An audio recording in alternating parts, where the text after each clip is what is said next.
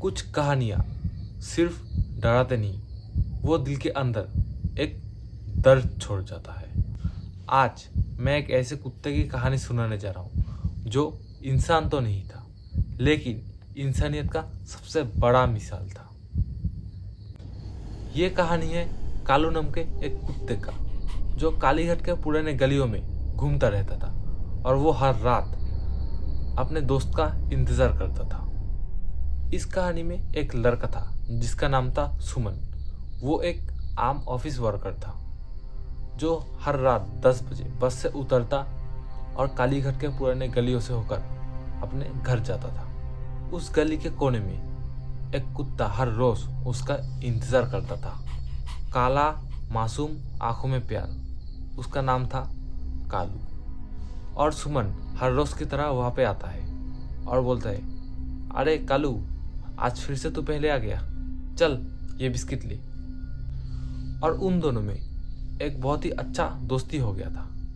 सुमन हर रोज एक बिस्किट का पैकेट ले आता था और कालू को देता था और कालू खुश होकर अपना दुम हिलाता था।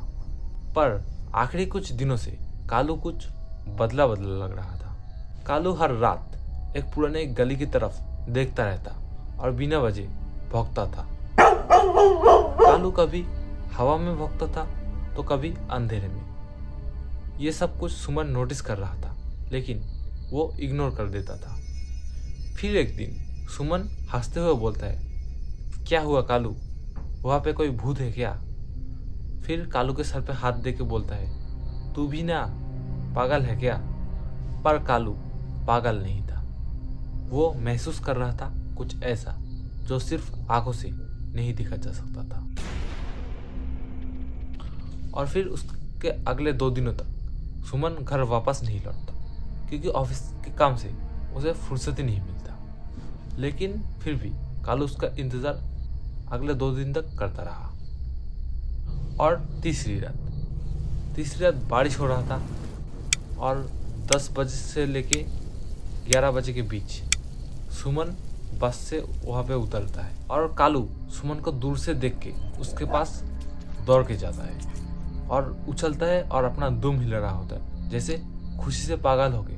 वो कह रहा है, तू आ गया ना, अब सब ठीक हो गया। और सुमन हंसता हुआ बोलता है, अरे कालू, तू भी नहीं यार, बारिश में क्यों भीग रहा है, चल मेरे साथ घर चलते हैं, बारिश बहुत हो रहा है। वो दोनों सुनसान पुरानी गली से चल ही रहे थे कि जब मंदिर के पास आता है, कालू अचानक से वहाँ पे ही रुक जाता है। और उस पुराने गली के मंदिर के पास का माहौल कुछ ऐसा था। रोशनी बहुत ही कम था और बारिश का पानी का रिफ्लेक्शन वहाँ पे हिल रहा था। और जब सुमन सामने की तरफ देखता है तो एक सफेद साड़ी वाली औरत उसके तरफ घूर रही थी। और उस औरत को देख के ऐसा लग रहा था जैसे उसके पास से हवा भी नहीं गुजर रहा हो। लिटरली गाइस देखो, बोलते हुए मुझे गुज़बम आ गया।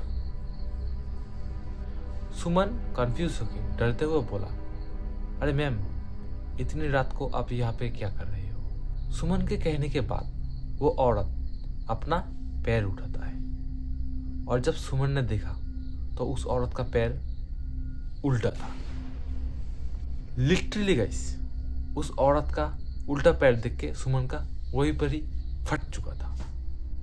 लेकिन सुमन को हिम्मत देते हुए वहाँ पे कालू गरज उठता है और पता नहीं अचानक से कालू को क्या हुआ, वो एकदम तुरंत सुमन के सामने आके खड़ा हो जाता है और जोर जोर से भौंकने लगता है। सुमन डरते डरते चिल्लाता हुआ बोलता है, कौन है तू? और गाइस, यही से शुरू होता है असली खेल। औरत ने अपना हाथ हवा में उठाया और मंदिर के बाहर जो दिया था वो सब एक साथ बुझ जाता है और जो लाइट्स लगी थी वहाँ पे एक साथ फूट जाता है। और फिर अंधेरा में कालू का भौंकने का आवाज सुनाई दे रहा था, लगातार बिना रुके। और फिर तेज हवा चलती है और सब कुछ शांत हो जाता है।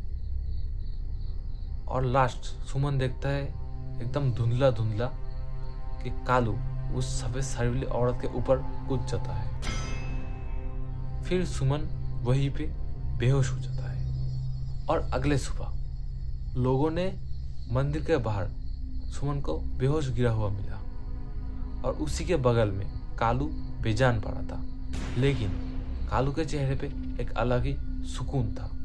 और फिर जब धीरे धीरे सुमन को होश आता है तो इमोशनली बोलता है, अरे कालू यार उठ जा, मेरे लिए तो अपना जान कुर्बान कर दिया।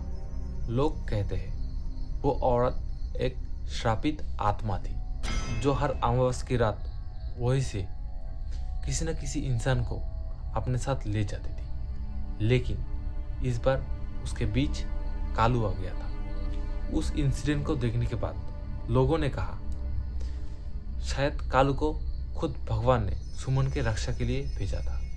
उस दिन के बाद से सुमन हर रोज एक बिस्किट का पैकेट उस रास्ते में रख के जाता था। और अजीब बात यह है कि उसके कुछ देर बाद वो बिस्किट का पैकेट वहां से गायब हो चुका होता है। कई लोग कहते हैं रात में जब कोई अकेला वहां से गुजरता है तो एक काला कुत्ता उनके साथ चलता है। वो ना भौंकता है ना पूरी तरीके से दिखाई देता है, वो सिर्फ उनके साथ उनके घर तक चलता है और उसके आंखों में नीली रोशनी चमकती है। शायद आज भी कालू वही है, वो हर इंसान की रक्षा करता है जो दिल के साफ है। कुछ रक्षक इंसान नहीं होते, वो भगवान के भेजे हुए दूत भी होते हैं। गाइस, ये कहानी आपको कैसा लगा कमेंट्स में ज़रूर से बताना, क्योंकि ऐसा कहानी ज़्यादा सुनने को नहीं मिलती। और इंसान और भूत प्रेत की कहानी तो सब सुनते हैं, लेकिन ऐसी अनोखी कहानी बहुत ही कम सुनने को मिलते हैं। और आप सभी जानते हैं कि कुत्ता वफादार होता है और उस वफादारी का असली सबूत यह कहानी है।